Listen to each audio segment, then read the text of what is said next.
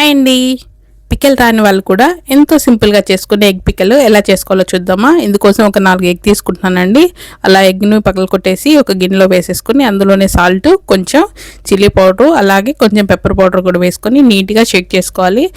తర్వాత ఒక బౌల్ తీసుకొని మనం నీట్గా ఆయిల్ పూసేసుకొని ఈ మిశ్రమాన్ని అంతా ఆ బౌల్లో వేసేసుకొని స్టీమ్ మీద ఉడికించేసుకోవాలండి. ఇలా ఒక 5 to 10 మినిట్స్లో మనకి నీట్గా అనేది ఉడికిపోతుంది. తర్వాత ఇలాగ పీసెస్గా కట్ చేసుకోవాలి. చూడండి ఎంత స్పాంజీగా ఉందో.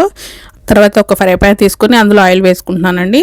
ఎగ్ ఏదైతే కట్ చేసి పెట్టుకున్నామో వాటిని మనం ఇందులో దూరగా వేయించేసుకోవాలండి. తర్వాత ఇది పక్కన తీసేసుకొని అదే ఫ్రై ప్యాన్లోనే అదే ఆయిల్లోనే మనకి జీలకర్ర, కొంచెం తిరువాతి గింజలు వేసుకొని వేయించేసుకోవాలి. తర్వాత 1.5 స్పూన్ అల్లం వెల్లుల్లి పేస్టు, అలాగే పసుపు, రుచికి సరిపడా సాల్టు, అలాగే చిల్లీ పౌడరు, కొంచెం జీరా పౌడర్ కూడా వేసేసుకొని కొంచెం గరం మసాలా కూడా వేసుకొని ఇలా నీట్గా వేయించేసుకోవాలండి. దూరగా వేయించేసుకుంటే సరిపోతుంది. ఇలా కలబెడుతూ వేయించేసుకున్న తర్వాత మనం ఏదైతే ఫ్రై చేసుకున్నామో ఆ ఎగ్ పీసెస్ కూడా ఇందులోనే వేసేసుకోవాలండి. తర్వాత ఒక హాఫ్ బద్ద నిమ్మరసం పిండేసుకున్నామంటే మనకి ఎగ్ పికిల్ అనేది రెడీ అయిపోతుంది.